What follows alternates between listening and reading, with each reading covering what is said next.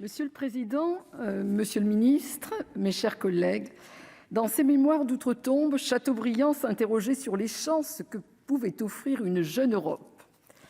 La crise que nous traversons fait émerger une nouvelle Europe qui, je l'espère, s'emploiera à résoudre les problématiques vitales qui sont les siennes.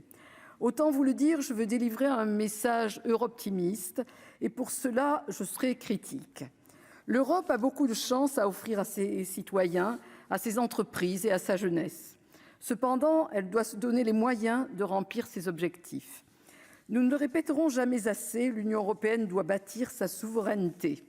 À la lumière des récents événements, je pense à deux priorités, la stratégie et l'industrie.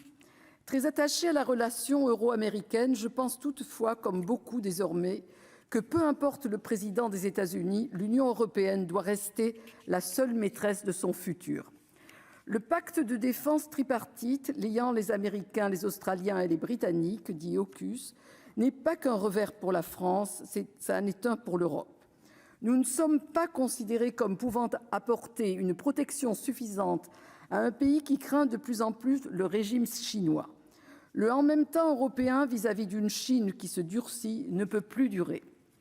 Les réactions européennes doivent être à la hauteur. Une réponse diplomatique doit être apportée, claire et commune. Mais nous devons désormais développer une véritable stratégie en matière de défense européenne et d'industrie d'armement.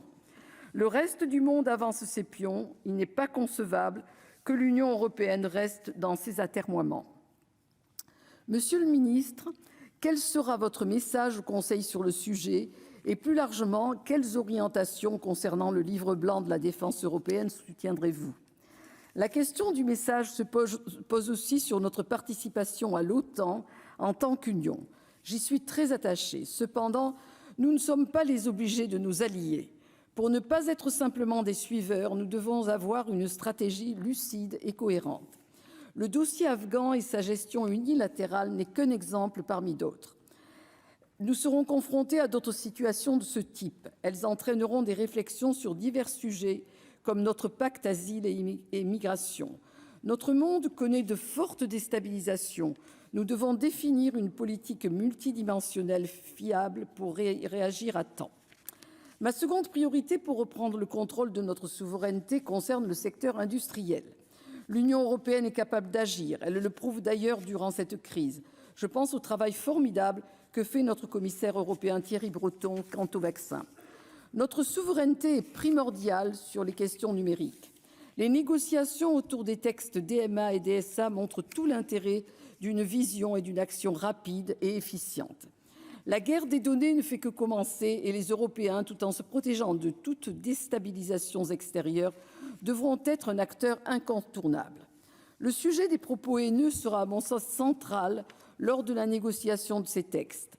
L'échelon européen est le plus intéressant pour lutter contre ces dérives, notamment sur les réseaux sociaux. À ce titre, j'aimerais faire une recommandation sur le cyberharcèlement, surtout en milieu scolaire.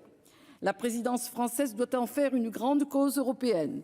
Nos jeunes sont notre futur, protégeons-les. Notre souveraineté, c'est notre liberté et notre indépendance. J'en veux pour exemple les questions énergétiques et les problèmes récents. Des efforts industriels dans ce secteur sont nécessaires pour cette souveraineté, mais également afin de remplir nos objectifs, notamment de lutte contre le dérèglement climatique. L'un de nos fleurons français remplit ces objectifs et est pourtant menacé. Je le dis sans détour, la taxonomie verte européenne ne peut pas exclure l'énergie nucléaire. Les investissements doivent se poursuivre vers cette technologie dans un souci d'efficacité, de sûreté et de production. Notre mix électrique a tout de même besoin d'une part de nucléaire, même si cette dernière est appelée à se réduire.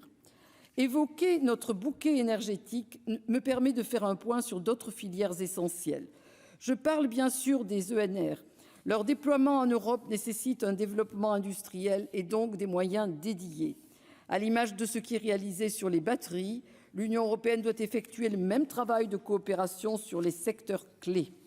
Monsieur le ministre, pouvez-vous nous détailler les dossiers industriels européens que la France a identifiés comme prioritaires et qui seront portés lors de la présidence ?